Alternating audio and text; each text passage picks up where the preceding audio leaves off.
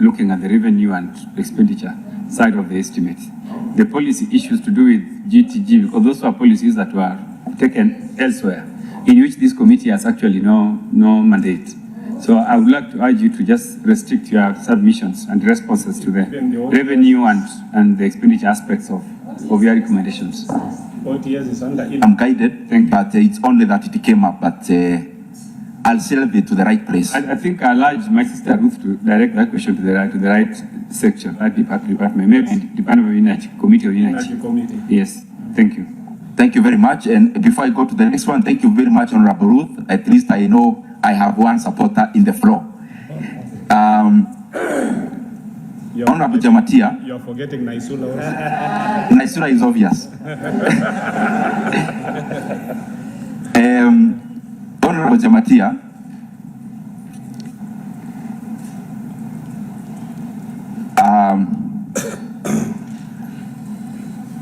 the solution that we are giving is surprising. As I have said what I wanted to say, the jokes we used to have back then, because this is a very serious matter. We'll joke over the break time. In terms of Honorable Jamatia's question, pricing of fuel in Kenya is a component of majorly two things. One is the landing cost. The second is taxes, and it makes our landing cost more expensive. The second thing is taxes and levies. Yes, point of order by Honorable Jamatia. We are Honorable Ndindi. We are here because of disruption caused by the war. And one of the biggest hindrance is insurance. So that is why, even if you want to deal with the landing, that one I'm okay. But the insurance on the shipping and the ship itself is what has costed this problem. So we are looking at, and look at the distance, and look at the situation that comes with it, so that we will look at the solution by not only looking at what we have, but also the worldview. For that clarification,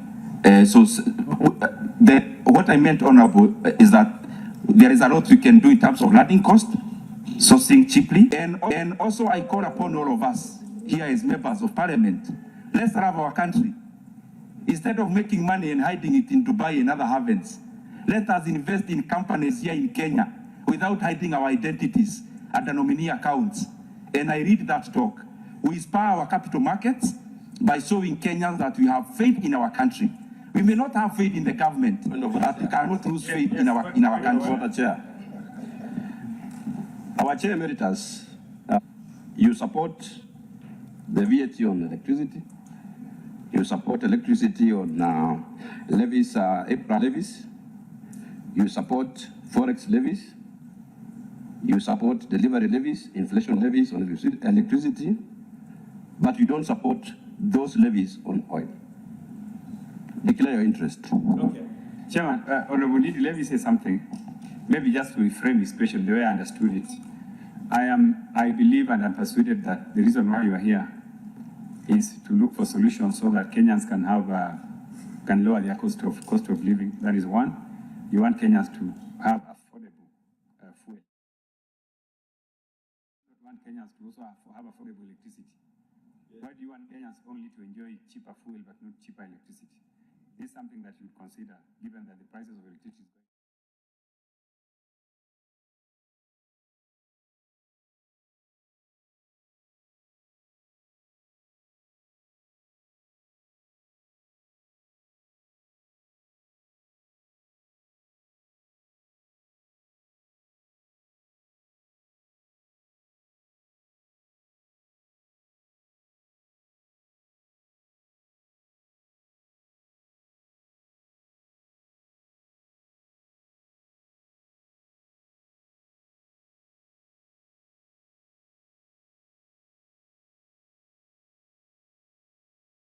Kenya Power.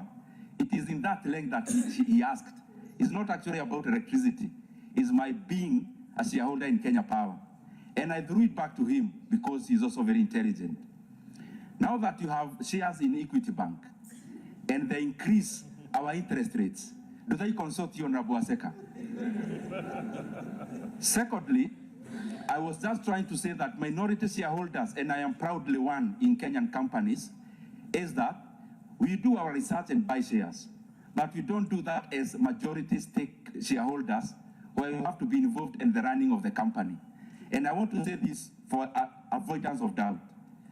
I am very proud to be part and parcel of our capital markets. Not just Equity Bank, even other listed companies in our NSC. So that all of us as leaders should know that our economy needs whatever small resources that we have. Instead of hiding our money in tax havens in Dubai and elsewhere, we grow our own capital markets.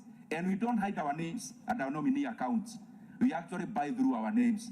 I am proudly so. However, on the part of electricity, I think just like any other Kenyan and as a legislature, it makes all the sense. However, Chairman, just 1 minute. I would seek that members actually take time so that we don't become superficial. And it's not in bad faith.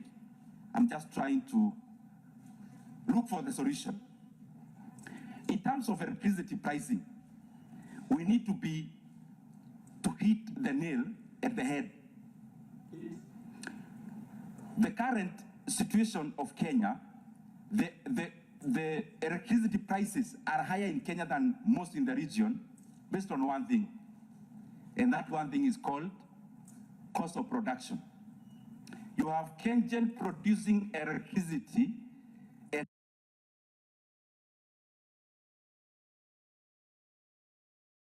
a third of what some of the IPPs are paid. IPPs are independent power producers. And as you all know here, these are politically connected individuals who own these companies. So Kenyans are made to pay a tax for higher production of electricity just because we are feeding into some political system. So if you look at the segmentation of what we end up paying, after Kenya Power collects the money, the profit margin of the district, not the profit margin,